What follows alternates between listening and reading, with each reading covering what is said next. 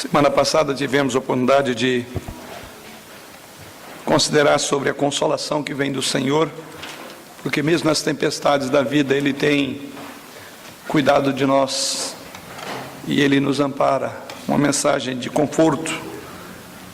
Nesta ocasião, vamos pensar que esse mesmo Deus que nos ampara, que nos conforta, também é o mesmo que nos adverte, que nos chama para junto de si. Portanto, uma mensagem esta noite de exortação a andarmos diante do Senhor. Convido os irmãos a que abram as suas Bíblias no livro de Gênesis, no capítulo 32. Gênesis, capítulo 32. E vamos proceder a leitura a partir do verso 22.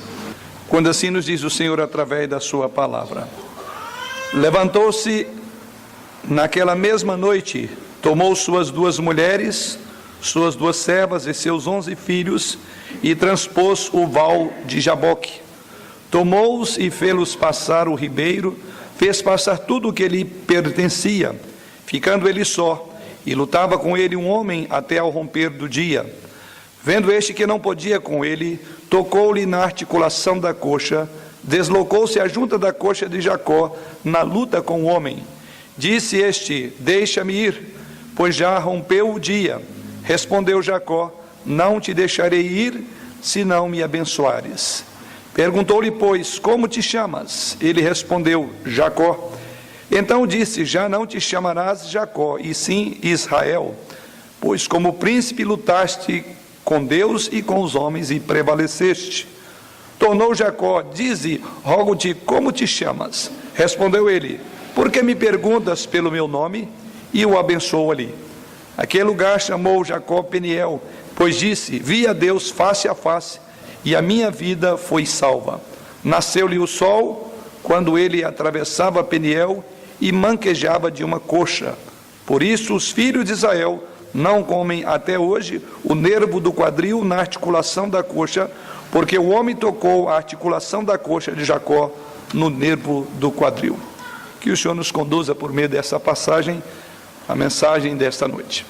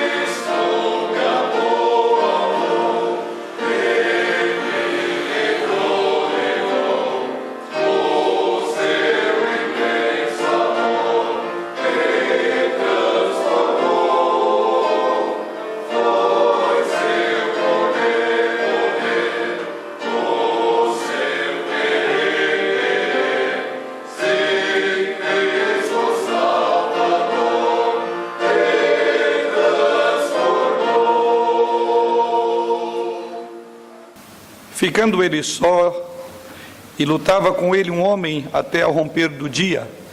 É a afirmação do verso de número 24. Esta eu diria que é uma das grandes, se não uma das maiores histórias, mais dramáticas que podemos encontrar em todo o relato de todas as Escrituras. Vemos aqui este homem se movendo de lá para cá, fazendo os seus arranjos, como de fato era a sua característica, um homem que sempre arrumava um jeito para chegar ou para levar a cabo os seus intentos, os seus desejos. E finalmente diz o verso de número 24 que ele fica só e vai lutar com um anjo que nada mais é, nada menos do que o próprio Jesus. Mas para entender esse capítulo e onde nós vamos pensar e meditar nessa noite, é preciso que façamos um resumo do que acontece até aqui, para assim podermos entender o foco da mensagem essa noite. Para entender por que ele chega a esse momento de ficar só, como diz o verso 24, é preciso então fazer um levantamento, e eu quero traçar aqui de uma forma resumida os detalhes que levou a este incidente que temos diante dos nossos olhos essa noite. Todos nós sabemos que Esaú e Jacó eram dois filhos de Isaac. Sabemos que, embora gêmeos, Esaú era o primogênito, mas eram, embora gêmeos, muito diferentes um do outro. Esaú era um homem que tinha uma atitude, ao passo que Jacó, exatamente o contrário do seu irmão, que o próprio nome já indicava, extremamente esperto, suplantador, enganador, como indica o próprio nome. Sabemos também, à luz das Escrituras e de todo o relato bíblico, e isso começa lá no capítulo 27 de Gênesis, que tinha como mãe Rebeca, e a sua mãe tinha uma profunda inclinação, tinha um filho favorito, que era exatamente Jacó.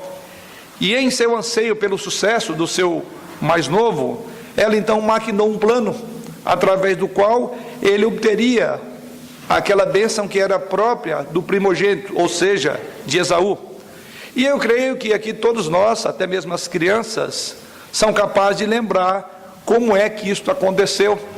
Mas para aqueles que não se lembram, ela então elaborou um plano, juntamente com o seu filho, Jacó, e então ele fez-se passar por Esaú, disfarçou-se de Esaú, colocou algum tipo de material na sua mão, no seu braço, tendo em vista que o seu irmão era peludo. E então, segundo o relato bíblico, revestiu essas suas mãos com esse tipo de material, talvez de uma pele de um animal, e assim para enganar o seu já idoso pai, que por sinal já se encontrava cego. E depois disso diz o relato bíblico que ele então foi, e ali o seu pai o abençoou enganado, porque ali estava Esaú na visão do seu pai, aquele varão cabeludo. Dessa forma, o relato bíblico diz que Jacó obteve então a bênção. E o resultado é que esse seu irmão, que tinha o direito da primogenitura, Esaú, ficou cheio de ira.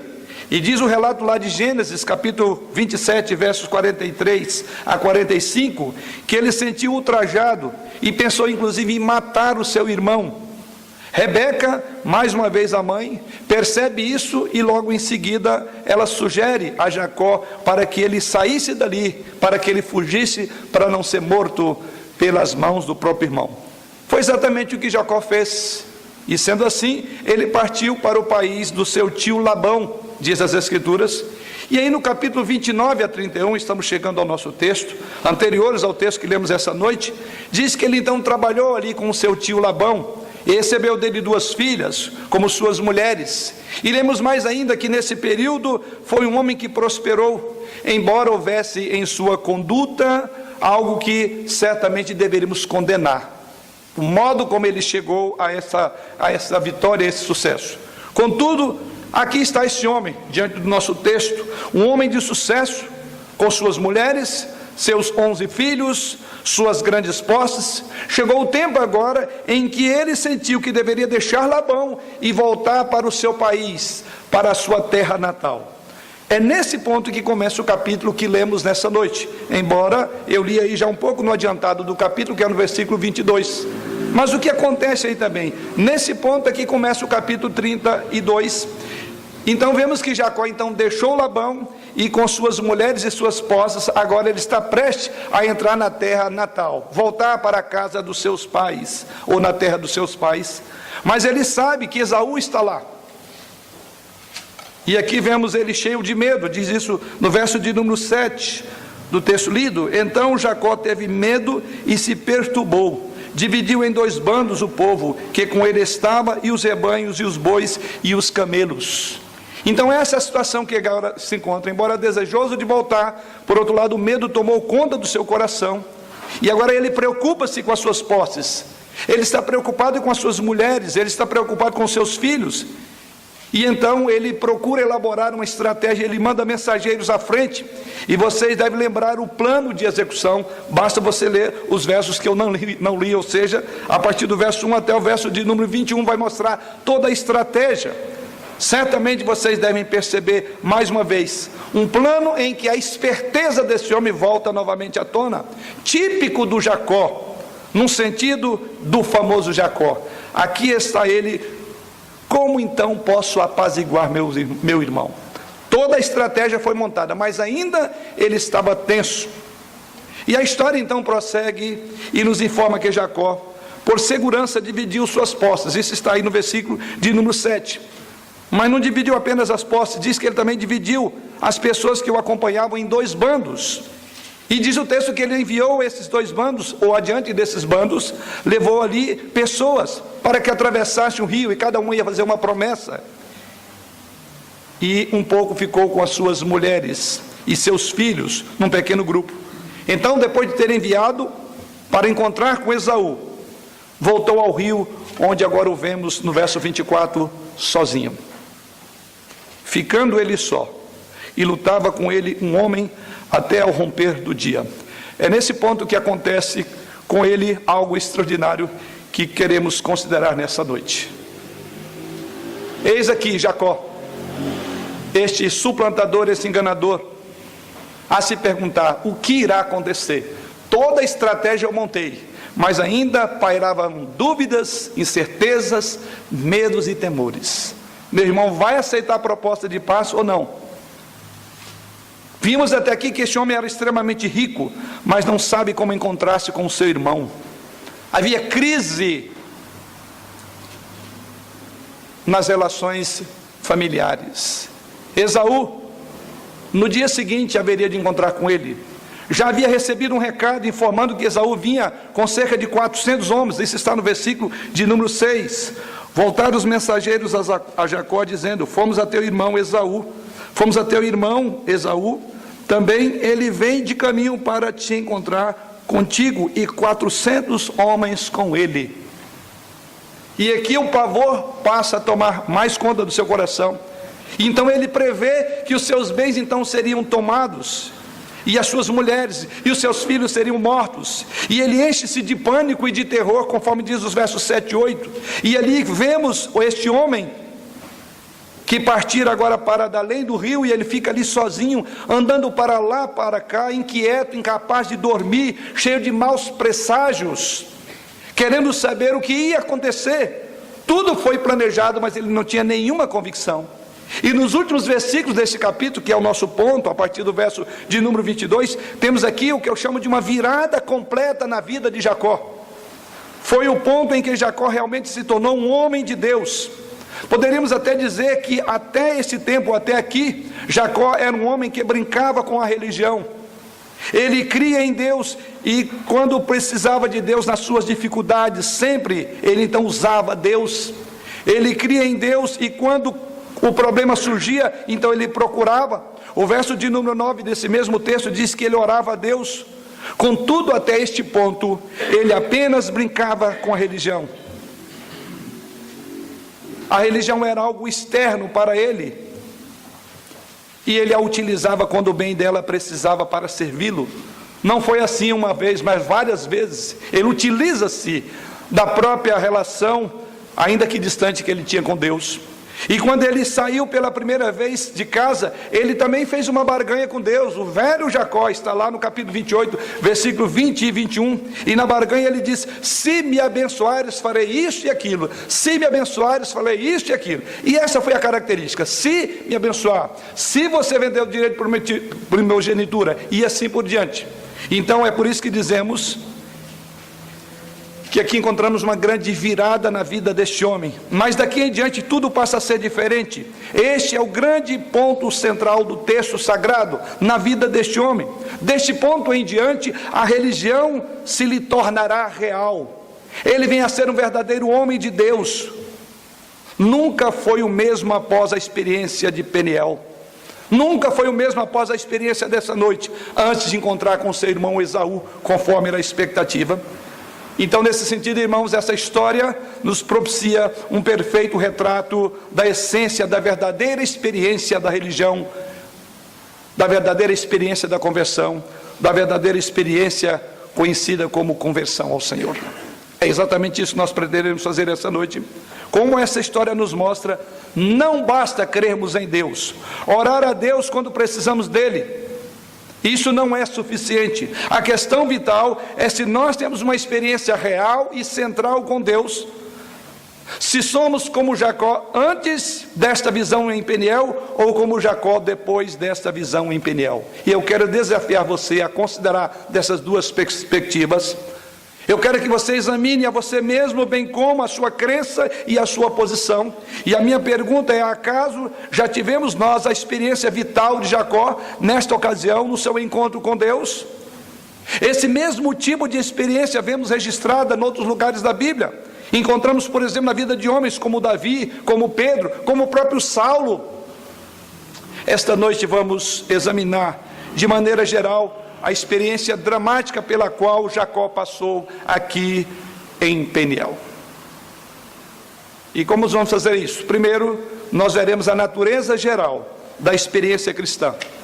Em segundo lugar, nós vamos ver de forma detalhada como essa experiência veio a ocorrer na vida dele e, por fim, como essa experiência se desenvolveu a partir daqui. A grande e central questão é esta noite. Será que eu já tive uma experiência cristã genuína, verdadeira com Deus? Será que eu já passei por Peniel?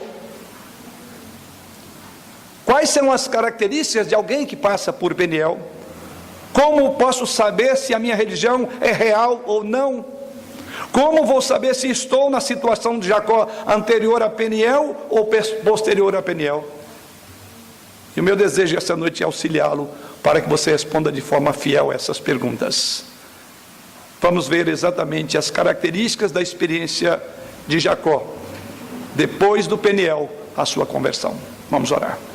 Pai, nesta hora colocamos-nos mais uma vez diante do Senhor e pedindo-te, ó Senhor, que nos conduzas por meio da tua palavra, desse texto inspirado pelo teu Espírito Santo, que trata da vida deste homem que se tornou um grande homem, uma vez que teve encontro pessoal com o Senhor em Peniel.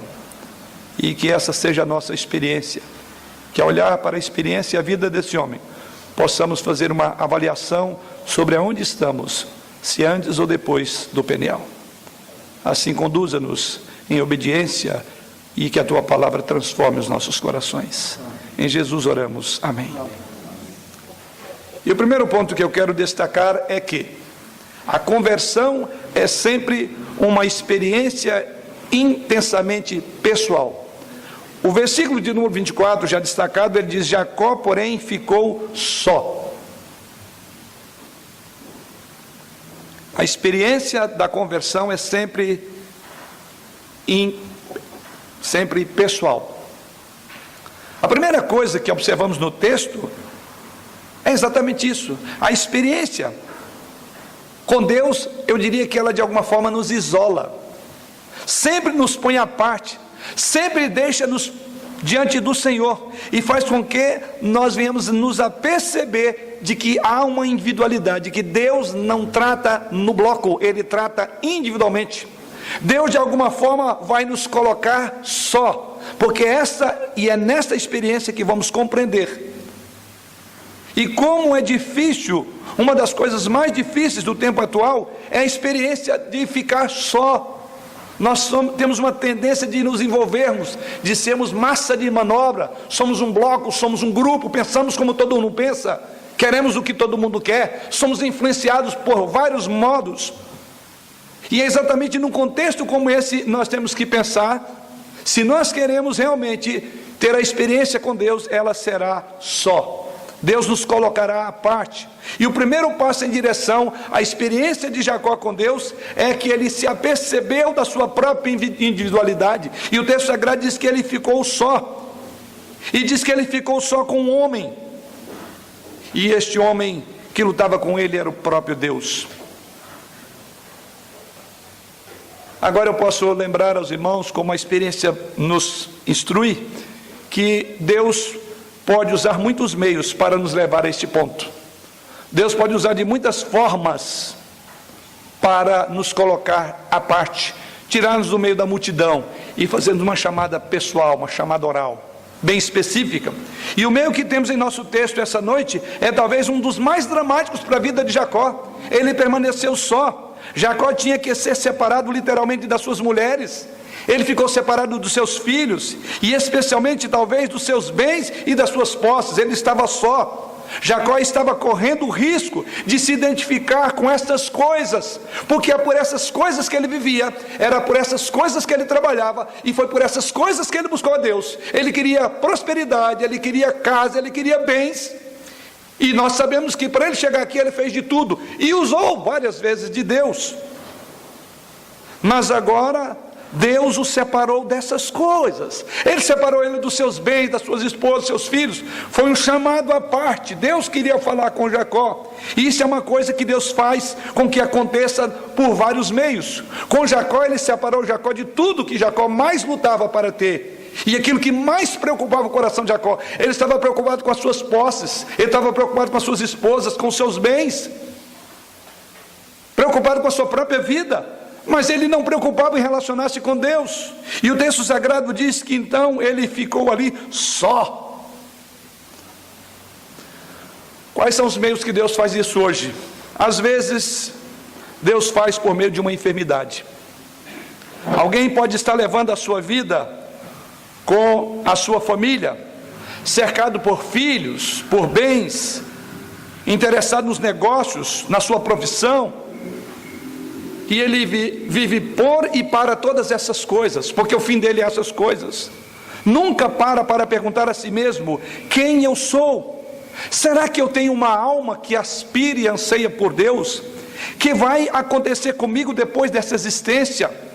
Ele está perdido, imerso em outros interesses, e de forma inesperada cai doente numa cama como moribundo. Sim, Deus usa muitas vezes a enfermidade. Deus muitas vezes nos separa dos nossos negócios. Deus nos separa das nossas posses. Deus nos separa dos nossos interesses. Deus nos separa do corre-corre. Talvez a qualquer momento você seja levado para o hospital e separado da sua família, e ali estando num leito de hospital por algum tempo, você começa então a perceber que afinal de contas você é um indivíduo absolutamente só.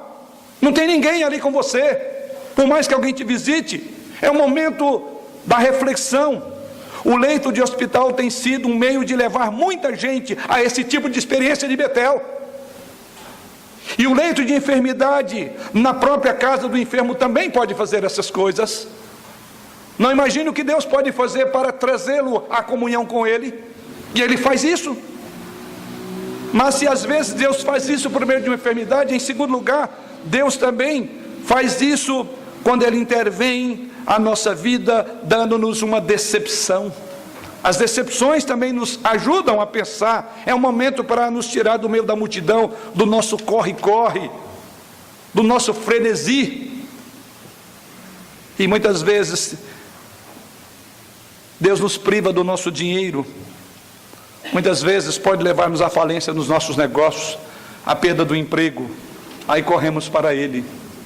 Outras vezes podemos ser levados ao mesmo ponto pelo desapontamento sofrido numa amizade, ou talvez um desapontamento na esfera mais ternas dos afetos humanos, das relações, daquilo que gostamos, seja de um querido, de uma pessoa, de um namorado, do esposo, da esposa, de um filho. Leiam, por exemplo, irmãos, as biografias daqueles homens que Deus usou tais meios quando começou a trazê-los para o campo da solidão. Esses homens Deus os isolou, separou das coisas nas quais eles estavam envolvidos, em suas almas estavam sequiosas. E ali, diz a história desses grandes homens bíblicos, ali no isolamento pararam para compreender que eles eram indivíduos e que tinham que enfrentar sozinhos certas questões, que no corre-corre eles jamais parariam para observar aquilo. Não é por acaso que Salomão, em toda a sua sabedoria, diz que é melhor ir na casa onde há luto do que na casa onde há banquete. E ele conclui dizendo, porque na casa onde há luto, ali todo mundo vê o fim. E ele diz assim, que os vivos tomem isto em consideração. A experiência com Deus é só. Nascemos sós. Todos nós teremos que morrer, um por um. Não sairemos desse mundo na multidão, nem no braço da multidão. A morte é algo intensamente individual, intransferível. O Evangelho nos lembra que somos indivíduos aos olhos de Deus e que Deus fez e fará exigências individuais a nós. Porque o apóstolo Paulo, em 2 Coríntios, capítulo 5, versículo 10, diz lá que no tribunal do juízo de Deus não seremos vistos em multidão, mas cada homem será julgado. E o relato bíblico nos diz que há um registro de cada ato singular, individual, e toda e qualquer obra que eu e você fizermos ou fizemos, praticarmos, ela está sendo lançada no livro da vida. Mateus capítulo 12, versículo 36, diz ali que toda palavra frívola, ou de toda palavra frívola que proferirem os homens, darão conta no dia do juízo final. Ou seja, Deus conhece tudo o que fazemos, tudo o que dizemos, e cada homem é responsável individualmente. Jacó ficou só, com Deus. Você já se examinou isoladamente? Já percebeu que é um indivíduo neste mundo e nesta vida diante de Deus? Querido amigo, aparte-se da multidão, fuja das massas, fique sozinho, reconheça que você tem uma responsabilidade individual. Você não irá, quando partir desse mundo, nos braços da multidão. A primeira marca do Evangelho é sempre que ele é intensamente pessoal. E nós devemos nos aperceber disso, porque esta é sim a primeira marca, a primeira característica de alguém que passa pelo Peniel. O Evangelho o leva a entender que hoje você está aqui e amanhã você se vai, e que você sozinho vai comparecer diante do tribunal de Cristo. Mas no segundo momento também aprendemos dessa experiência. Se no primeiro ponto entendemos que a conversão é uma experiência pessoal, intransferível, é o momento em que devemos ficar a sós, e Deus usa os vários meios para fazer isso. O meu segundo ponto é que a conversão é uma experiência que sempre nos leva a uma relação pessoal com Deus. A conversão é uma relação que nos leva à experiência pessoal com Deus. Se não, observe o verso de número 24 novamente. Ficando ele só, continua o texto dizendo, lutava com ele um homem até ao romper do dia. Aqui ele está só, separado dos seus bens, de todas as coisas, e agora ele tem um encontro pessoal com Deus, diz o texto sagrado. O texto sagrado nos afirma que Jacó, antes desse incidente em Peniel, estivera na outra posição. Como tantos de nós, Jacó imaginava Deus como uma espécie de agência, que de vez em quando ofereciam bênçãos que ele mais desejava, quando ele tivesse necessidade delas. Que ele via Deus como um grande poder, sediado de algum ponto lá no céu, e no qual ele poderia de vez em quando dirigir-se a ele, fazer algumas solicitações, e Deus viria para atender, seja para conquistar essa mulher, para conquistar os bens. Era assim a vida de Jacó. Mas depois que fazia isso, ele se esquecia de tudo que Deus havia feito por ele. Ele não tinha um relacionamento pessoal com Deus. Mas na noite de Peniel, tudo mudou nessa noite. Uma noite dramática, quando ele se encontrou face a face com o próprio Deus.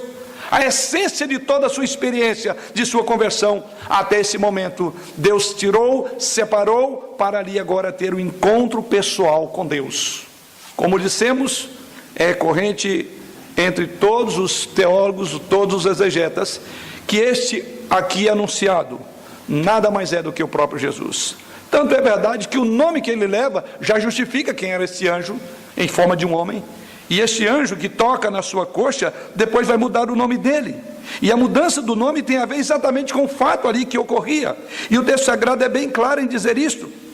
Lá no verso de número 28, então disse: já não te chamarás Jacó, e sim Israel. Porque o nome Israel significa príncipe que luta com Deus. Tanto é que há uma vírgula, na sua versão, na minha, que explica o que quer dizer esse nome. Israel significa príncipe que luta com Deus. O nome Israel é exatamente esse. Então Deus separa, deixa o som, e agora ele tem um encontro pessoal, porque o nome dele foi dado exatamente em função da relação direta que ele teve. Diz: você lutou, se atracou com o próprio Jesus Cristo, que aparecia em forma de um anjo no Antigo Testamento. É ele aqui.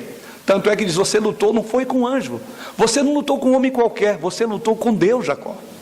Então é exatamente isso, é o fato de que todos nós precisamos ter um encontro pessoal com Deus.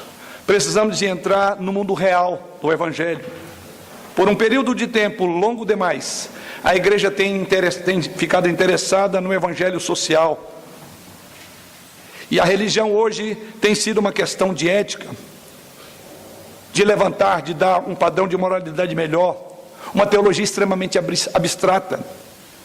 Mas há um dinamarquês famoso chamado Kierkegaard, que viveu entre os anos 1813 e 1855, e ele declarou o seguinte: o cristianismo, já naquela época, ele dizia: o cristianismo não é brincar com ideias religiosas, é o homem encontrar-se com Deus, e porque ele se encontra com Deus, vê-se forçado a fazer algo. É um encontro crítico, dizia Kierkegaard. A vida real é um encontro entre pessoas. Não devemos viver na esfera das ideias de Deus. Deus não é uma concepção abstrata, Ele é uma pessoa. Devemos compreender que essa é uma questão de um encontro pessoal com Deus. Assim, a segunda marca nessa experiência vital que Jacó teve é que ele deixou o campo abstrato do conhecimento de Deus. Uma ideia remota que ele tinha de Deus, muito distante. Tampouco Deus é um agente que de vez em quando nos abençoa quando pedimos alguma coisa para Ele. Deus é uma pessoa, Deus é real. E devemos ter comunhão com Ele. Então o que podemos dizer aqui é que Jacó, antes do Peniel, era quem? Era aquele com quem ele pedia de vez em quando algumas coisas. Senhor, me livra disso que eu vou fazer aquilo. É o famoso toma lá da cá. Observe que era exatamente a característica de Jacó até aqui. Alguém que nos ouve é o nosso Deus.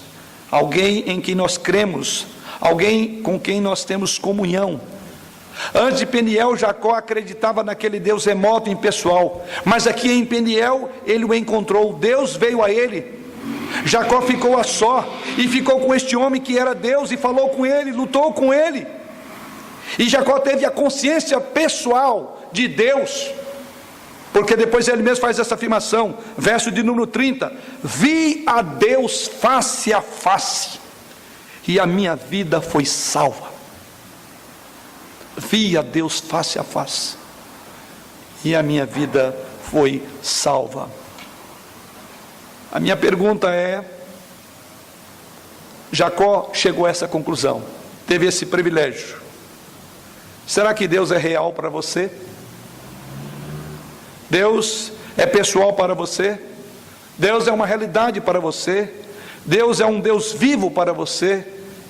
Eu repito, a segunda marca da experiência da conversão é que ela nos coloca numa relação pessoal, direta, imediata e íntima com Deus. Quem é Deus para você? Quando você dobra os joelhos em oração, você sabe que Deus está lá? O que é oração para você? Seria apenas um murmúrio de algumas esperanças e aspirações piedosas nesta hora? Você fala sobre si próprio e simplesmente pede algo em termos de possibilidade, ou sente a presença real de Deus quando você está orando, e que Ele está ali, que Ele é uma pessoa viva, real e santa e presente? Porventura você se encontrou com Deus? Deus em Cristo é uma pessoa viva, uma pessoa real, e aqueles que passam por essa experiência não serão mais os mesmos. Jacó diz: vi a Deus, toquei a Deus, falei com Deus, e Deus me deu vida. Mas terceiro e último ponto desta noite, decorrente do que acabo de afirmar, é que o homem que tem essa experiência sempre a reconhece como a coisa mais importante de toda a sua vida. Não poderia ser diferente. Até aqui vemos um homem obcecado pelas posses, pelos bens, para continuar enganando, usar Deus para conquistas. Agora chega um momento em que ele simplesmente ignora tudo. Observe aqui, vemos Jacó indo para lá e para cá. É assim que iniciou essa narrativa do texto, cheio de preocupações, de maus presságios, cheio de ansiedade, cheio de inquietação, querendo saber o que irá acontecer. Passando em Esaú, a Esaú na presença dele, ele se organiza e manda bens para evitar a ira do seu irmão contra ele.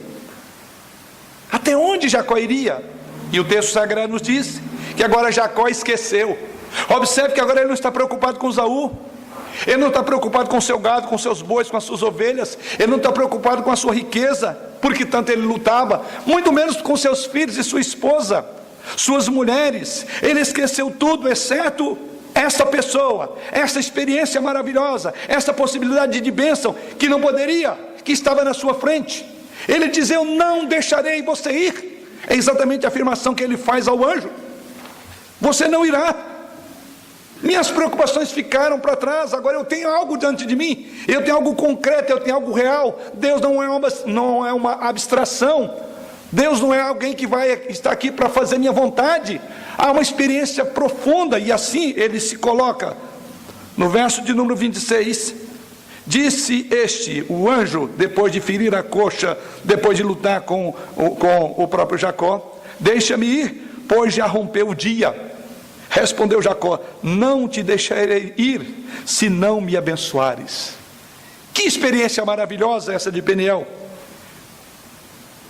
Era inevitável. Não é o que sempre caracteriza aqueles que passam pela experiência cristã mais essencial da sua vida? Tem algo mais precioso do que a transformação que a graça de Deus produz em nós? Jacó agora está lutando não por aquelas bênçãos, ele não está procurando solução para os seus problemas ali. Jacó agora luta por uma bênção, ele pleiteia e diz: não te deixarei se não me abençoares. E o texto sagrado nos diz ainda que raiava o dia. Esaú poderia chegar a qualquer momento, mas que importa? Não te deixarei ir, isso é tudo, perca eu tudo, eu preciso disso. É um exemplo clássico, nós temos também disso em Paulo, ali a sua experiência depois da conversão de Saulo para Paulo de Tarso. E Paulo, na sua experiência, ele diz que por causa de Cristo, da sublimidade do conhecimento de Cristo, ele julgou tudo como perda. E olha que ele tinha uma rica lista de valores que ele poderia se gloriar. E ele diz: eu coloquei isso tudo como esterco, como refúgio, por causa de Jesus Cristo. O próprio Jesus Cristo diz: de que adianta um homem ganhar o mundo inteiro e perder a sua alma? Então o cristão verdadeiro, irmãos, é aquele que chega a perceber que Deus é a pessoa mais importante em toda a sua vida. Porque enquanto você está lutando para que as coisas se organizem em sua vida, a sua está indo embora. Você morrerá a qualquer momento, você está pronto para isso. Talvez nos preocupemos tanto com tantas coisas, quando pouca coisa nos importa, como diz Jesus Cristo, pouco nos importa. Este homem chegou a essa experiência. Pouco importava se Saul estava raiando o dia. Quer dizer, a qualquer momento ele estaria deparando com Esaú. Ele não se preocupa, porque o conhecimento de Deus toma conta do nosso coração, alegra o nosso coração em meio às lutas. É um homem que compreende que é culpado diante de Deus. É aquele homem que passa a ver o que importa agora é o destino da sua alma. Antes ele estava interessado em outras coisas, mas agora diz o texto que elas desapareceram na mente dele, enquanto a sua alma continuava existindo. Era isso que ele precisava pensar. E a minha vida com Deus? É por isso que Jacó diz aqui: eu não te deixarei ir. Ou seja, é aquele homem que vê o juízo se aproximar. E agora, mais importante que tudo, ele está pensando: preciso de entender a minha salvação, preciso do perdão, preciso de uma nova vida, preciso de reconciliação com Deus. Ah, querido, se esses temas não são mais importantes do que toda a sua preocupação, você está no caminho antes de Peniel. Você está valorizando aquilo que a qualquer momento você perderá. E mais do que isso, você perderá isso e a sua vida. Pense em Peniel. Pense que esse homem agora abandona tudo. Havia algo mais extraordinário para ele naquela relação ali, naquele momento que ele não poderia deixar passar. E ele diz: não te deixarei ir. Tenho que ter esta bênção. Esta bênção ele pleiteava, por esta bênção ele clamava. Agora era o supremo desejo da sua vida, ainda que a sua vida estava em risco, porque a qualquer momento Esaú chegaria com os 400 homens para destruir tudo que ele tinha. A minha pergunta a você: é esta a coisa mais grandiosa da sua vida? Se eu perguntasse a você, querido irmão e caro ouvinte, essa noite, qual é a coisa que você mais se agarraria? De tudo que você tivesse de perder, o que você diria? O que você não abriria mão sob possibilidade nenhuma? Você se agarraria a Cristo, em detrimento e às custas de tudo que isso possa significar? Esta é a marca do cristão, porque ele vê Cristo morrendo na cruz, e é o único que lhe pode dar perdão do seu pecado. O cristão é aquele que vê unicamente que a posição dele em Deus é a coisa mais importante. Ele vê que Cristo venceu o seu maior inimigo, que é a morte. Cristo venceu o sepulcro frio, gélido, e que em Cristo ele já é abençoado nas regiões celestiais. O Evangelho causa esse encanto no seu coração. Talvez você vive lutando por tantas coisas que você perdeu a noção da beleza, que é a sublimidade de algo que você já tem em Jesus. Ou se você não tem, pare e considere sobre isso. Há algo maior do que a sua preocupação pelo dia a dia. Seria Cristo supremo na vida de cada um de nós aqui essa noite? Será que nós sabemos tê-lo como supremo em nossas vidas? E o que há mais vitalmente importante, nós nos alegramos sacrificialmente por causa desse Cristo? Foi isso que Jacó passou a sentir. Este é sempre o desejo de todo cristão verdadeiro: não te deixarei ir enquanto não me abençoares. E por fim, esta é uma experiência que sempre leva a uma mudança permanente. Não foi só aqui.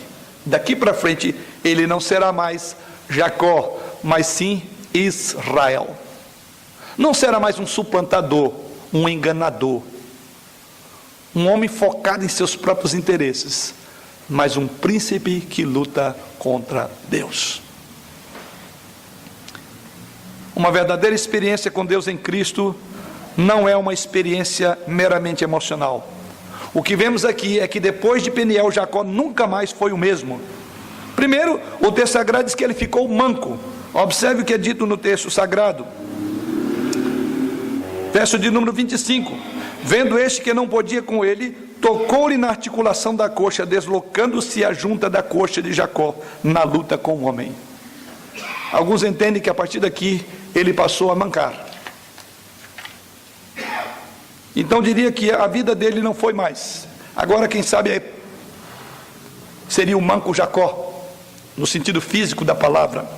Alguém caracterizado por uma profunda experiência com Deus, que trazia no seu próprio corpo essa experiência. Depois de Peniel, Jacó nunca mais foi o mesmo.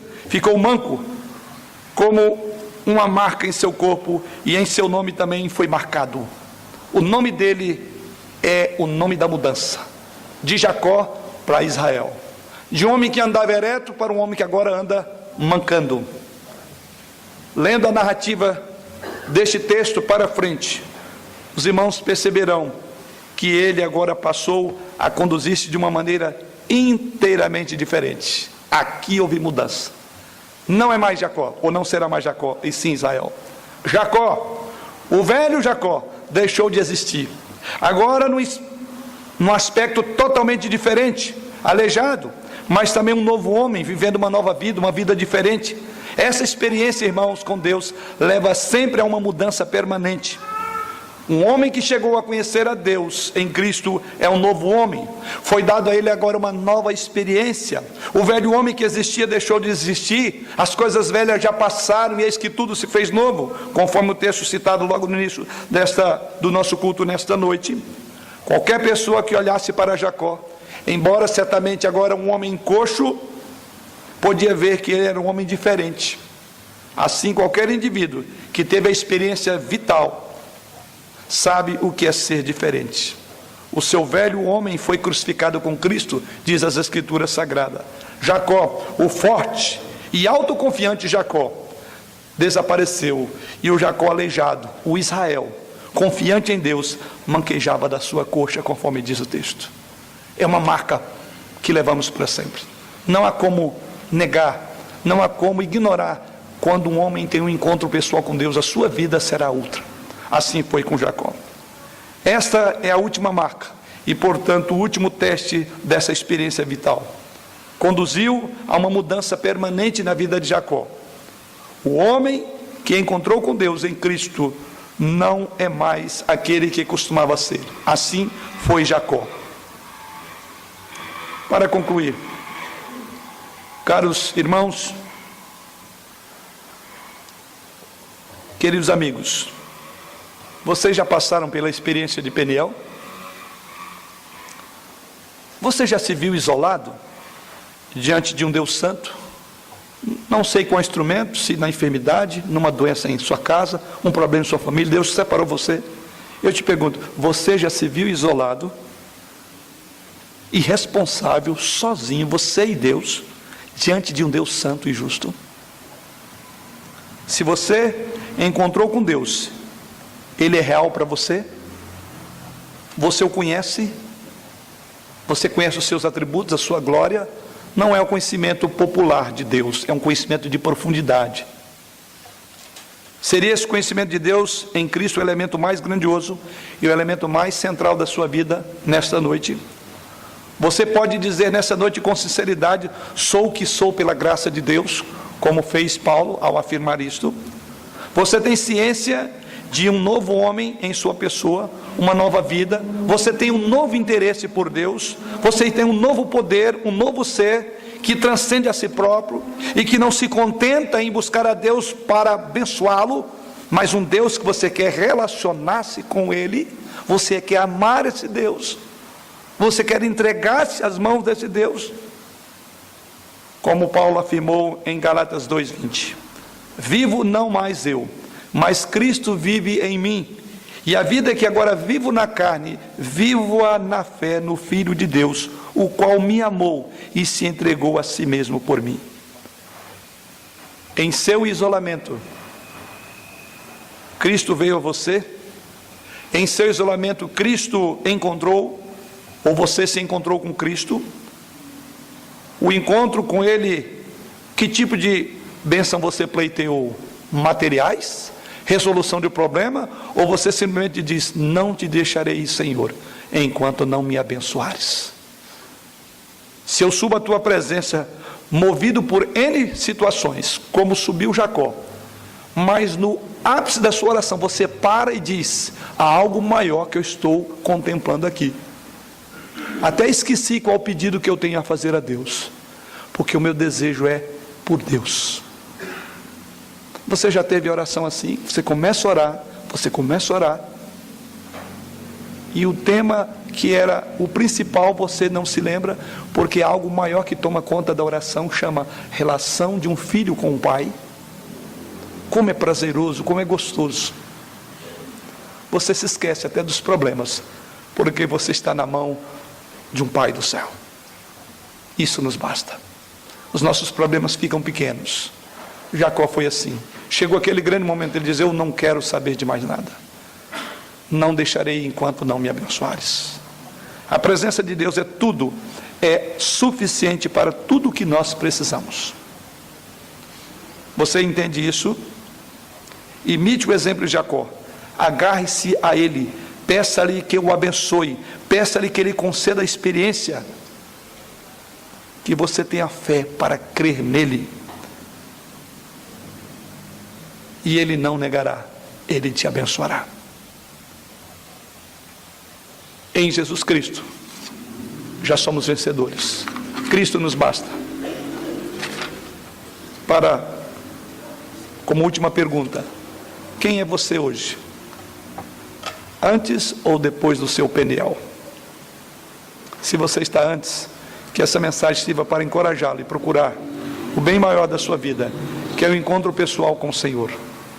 Se você está depois, que a relação que você tem com Deus possa ser permanente. Continue gloriando-se em conhecer a Jesus Cristo. A sublimidade do conhecimento dele é o que nos basta. E os nossos problemas, Deus cuidará. Que ele assim nos abençoe. Amém.